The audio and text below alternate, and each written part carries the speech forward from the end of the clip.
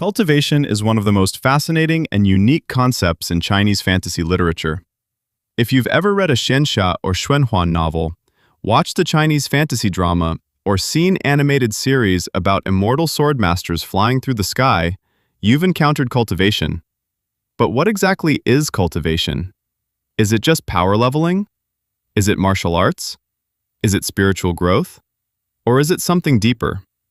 Today, let's explore cultivation from its philosophical roots to its fictional evolution, and understand why it has captured the imagination of millions worldwide. 1. The origin of cultivation, Taoism and ancient China. Cultivation did not begin in novels. It originated in ancient Chinese philosophy and spiritual practice. The core foundation comes from Lao Tzu, the legendary author of the Tao Te Ching, and the philosophical tradition of Taoism. Taoism teaches there exists a natural universal force called the Tao, the Way. Everything in existence flows according to this Tao. Humans can align themselves with it through discipline, harmony, and spiritual practice. In early Taoist thought, cultivation meant refining the body, regulating breath, qi, calming the mind, achieving longevity, seeking immortality. It wasn't about fighting young masters or destroying sects. It was about harmony with nature. The symbol of yin and yang represents this balance, opposing forces that coexist and transform into one another. 2. From spiritual practice to fantasy power system. Over centuries, Taoist ideas merged with folklore, mythology, and storytelling. Eventually, cultivation became the backbone of a literary genre known as xianxia, immortal heroes. One of the most influential modern cultivation novels is Coiling Dragon, which helped popularize structured power systems. In fiction, cultivation evolved into a structured power hierarchy, realms and stages, breakthroughs, spiritual roots, immortal ascension, heavenly tribulations. Instead of meditating for peace, characters meditate to break mountains, split oceans, reverse time, defy heaven itself. Cultivation became both spiritual and violent. 3. Qi, the energy of all things. At the core of cultivation lies qi, qi. Qi is life force, energy of the universe, the breath of existence.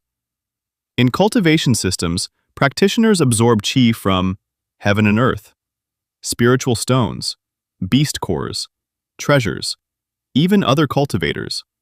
They refine qi inside their dantian, energy core, meridians, divine sea. The more refined the qi, the stronger the cultivator. 4. Realms and power progression. Cultivation novels love structured progression. Typical stages may look like 1. Body tempering, 2. Qi refining, 3. Foundation establishment, 4. Core formation, 5. Nascent soul, 6. Soul transformation, 7. Immortal ascension. Each realm requires time, resources, talent, comprehension. Breakthroughs are dangerous.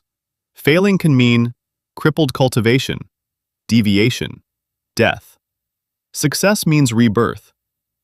5. Heavenly tribulation, when heaven tests you.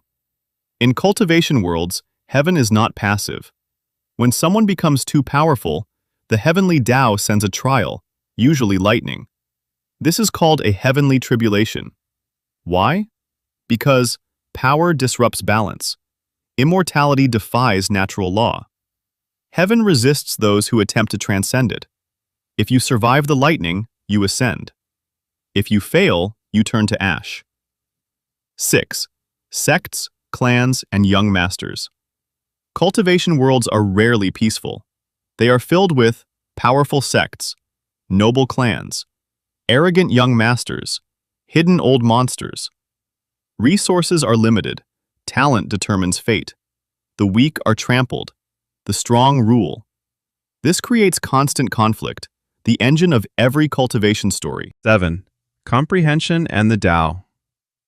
True power does not come only from energy. It comes from understanding.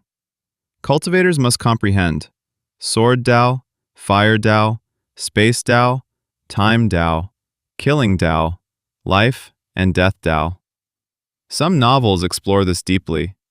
For example, I Shall Seal the Heavens by Gun emphasizes comprehension as a key to ascension.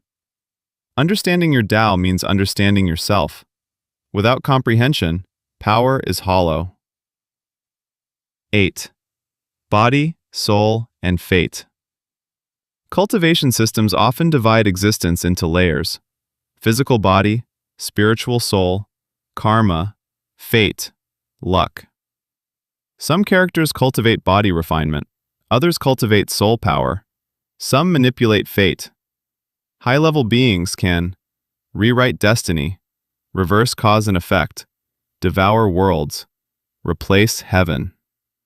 At the peak, cultivation becomes metaphysical. 9. Immortality, the ultimate goal. Why cultivate? For power? For revenge? For love? Ultimately, most cultivate for immortality. Immortality represents freedom from time, freedom from decay, freedom from death. But cultivation stories often ask, is immortality worth loneliness? Is eternal life meaningful without connection? The greatest cultivation stories explore these emotional depths. 10. Cultivation genres explained. There are multiple subgenres. Xianxia, rooted in Taoism and Chinese mythology. Xuanhuan, Chinese-style fantasy but more flexible world-building. Wuxia, martial arts but no immortality. An example of a darker cultivation work is Reverend Insanity, which explores ruthless Tao-seeking and moral detachment. Different stories explore different philosophies. 11. Why cultivation is so addictive. Cultivation appeals because it combines clear progression, high stakes, philosophy, revenge arcs, underdog stories, cosmic scale. It gives readers structure, hope, escapism, meaning. It says, even if you start weak, you can become heaven itself. 12. The deeper meaning of cultivation. Beyond lightning and sword beams, cultivation reflects self-improvement, discipline, patience, endurance. In real life, cultivation could mean building skill over years, controlling emotions, seeking clarity, growing slowly but steadily. Cultivation is metaphor. It mirrors our own journey. 13. Is cultivation good or evil? Cultivation itself is neutral. It amplifies who you are. If your heart seeks peace, you become an immortal sage.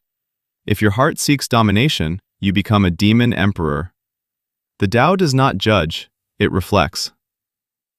Final thoughts. Walking your own Tao. Cultivation is not merely about fighting heaven. It is about understanding your place within it. It is about growth, pain, breakthrough, failure, persistence.